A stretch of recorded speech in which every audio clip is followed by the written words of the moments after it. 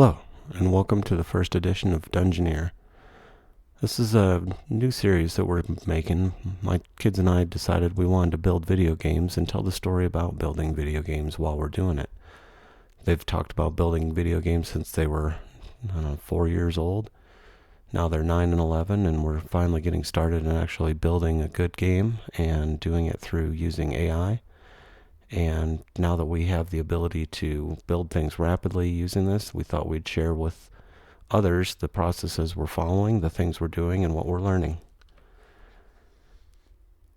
We wanted to build a game that was focused on some of the games we enjoy playing, like Blazing Beaks, Nuclear Throne, Enter the Gungeon. They're dungeon roguelikes that allow you to have a quick game, run through it, and you don't have to spend all day playing it, although we often do. But the idea is at least to start somewhere, learn as we're growing, iterate through the processes, and really just kind of keep growing and adapting in everything we're doing to build this game.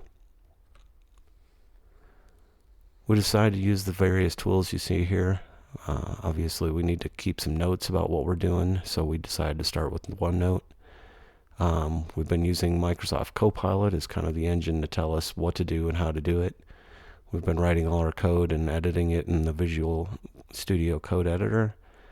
We also have GitHub Copilot that's helping do some additional edits there. And then finally, we're building this in Unity, and we'll be using Asprite to add in all of our assets. So this is the current state of the game. Right now it generates a room, it has an enemy, has a player, and then we have a Cinemachine camera follower. And really it's just a basic dungeon layout, just a map of a cave system. There's obviously some work to do to clean it up and smooth out the walls, but for now we've got a player that moves. There are some doors that we just put next to the player, so when the door generates, the player generates. Eventually we're going to have multiple rooms, multiple levels, and building more and more, but for now we're just starting with the basic layout to start building. Right now we've run into a few problems that we thought we'd show and walk through how we're going to fix them. So right now the enemies can see us through the walls. They can also fly through the walls, and then there's some grid lines that are glitching in and out, so we want to get those fixed up so that it's a nice smooth screen. And again, as I noted, we want to smooth that room generation. And there's a whole lot more things that we want to fix over time. But right now, the biggest thing that we're going to focus on is all of our code generation processes. So when we started this idea, we basically just brainstormed what do we want to do, how do we want to do it, and then we started getting some suggestions from Copilot and said, go build these kind of files, get this game started out. And then we picked what we wanted to do. There was a whole list of things we might do, so we decided on the things we wanted to do, put that list into the Copilot tool, and it gave us the content to go build. And then we took those changes that it recommended, and we actually put that data into the file system in VS Code. We then would run the game, test it, and then we would observe our issues, and then we'd start the cycle over again. And this worked all right just to get started with a proof of concept, but it obviously wasn't the best way because we were kind of going back and forth with Copilot multiple times until we had an idea and uploading files manually. So some of the main problems that we ran into were that when we started needing to refactor from a proof of concept to something that we could scale over time, it just got really tough for Copilot to remember what we had talked about, especially when we had conversations over many days and many contexts. It would just lose what we were talking about.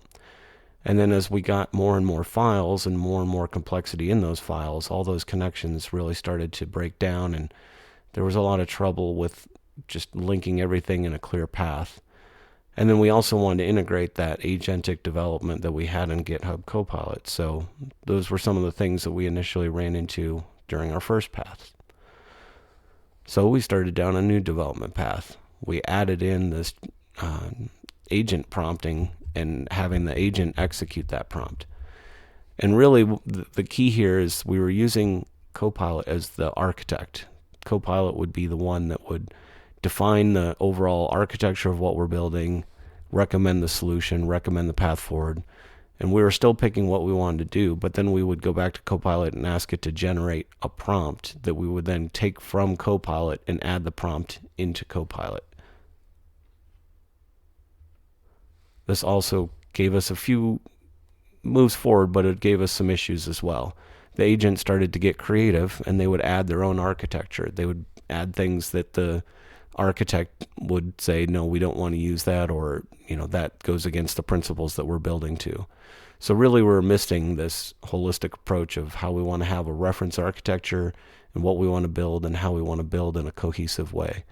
And as the agent and Copilot worked together, the architect basically started calling it fast hands, saying it was making changes different than the plan, and we needed to help guide it a little bit better and put more explicit guardrails on the agent doing the work. So then we took another iteration pass, and we decided, let's try building a folder and a tree structure so that every time we generate code, we know what files are in it, we know what content's in it, we at least have a high-level view. Now, every file and every piece of function and functionality in those files, we didn't necessarily want to pass that back into Copilot every time.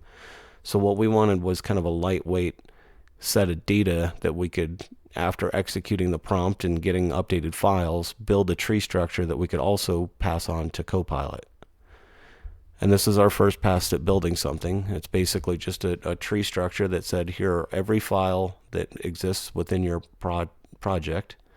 It had multiple layers, so it had the assets, it had the C# files, it had a little bit of everything in it. And this also worked pretty well. It gave us a little bit of information to work from, more than just the basic notes that we kept passing back and forth with the architect of the system.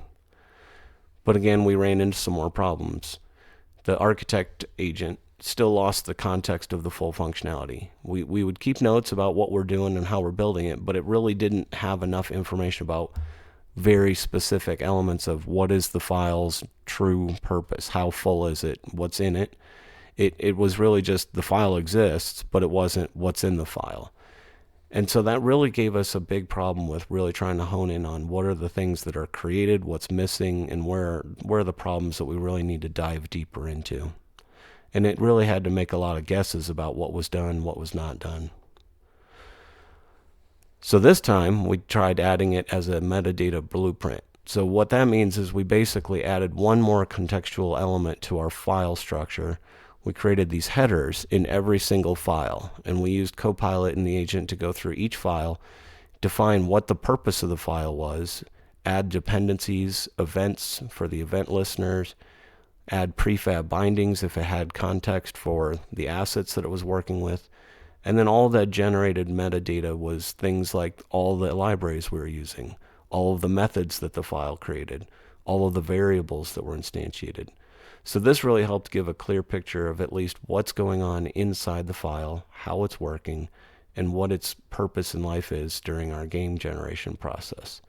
It really did help clean up a lot of the processes. So as we're going through building file by file through the agents and through Copilot as the architect, it gave us something to refer back to that we could have clear parameters around. This is what's in it, this is what's not in it, this is what it needs to do. And that way it helped us kind of stitch together a better plan of what to go do next as things got bigger and bigger and more complex. And again, we kind of kept into the file tree structure, but now the metadata is also being exported as a single file. So we could create one file that had all of the library elements. So it said these are the C# scripts, this is the folder structure where they live. And then next to that, it also had all of the metadata from the headers in that same file. So we could basically just take a project snapshot, give it to the Copilot architect and say, here's our game as it exists. Help us work through what the next state of development is. And again, it worked pretty well, but it is going to have its own problems because it doesn't have access to every piece of element, every piece of code, all of the ways that it's fully implementing each method, right? It may know that the method exists, but it doesn't necessarily see all the ways that that method is being used or called or worked with. So we're keeping with this process for a little bit. We're going to go out and try and fix some of the room problems we've had. We've had, again, the grid lines glitching in and out, the room generation smoothing. Some of those things we want to clean up in the near term just so that it's a little bit cleaner to look at. We also want to work with the enemy problems we mentioned, where they're flying through the walls and they're seeing through the walls. So we want to make sure that they're contained within their environments. And then we also want to get into our advanced AI behaviors. We want an enemy that can seek, patrol, guard, hide. We want to make our enemy very interactive. And there's a whole lot more stuff we're going to work on over time. But this is just our first video and kind of walking through where we started with, what we were building, how it was coming together. And we'll keep going forward as we build and enhance. And I think one of the most important things we really want to focus on is how do we learn? How do we adapt? Because the AI tools are changing quickly, and we want to make sure we're learning with the changing capabilities and understand how they work, what's the best way to interact with them. And I know right now there's a lot of ways that we could dive right into some advanced tools and advanced capabilities, but we decided we're going to just start out simple, just figure things out as we go, learn about it, document it, and see how we can get better and better.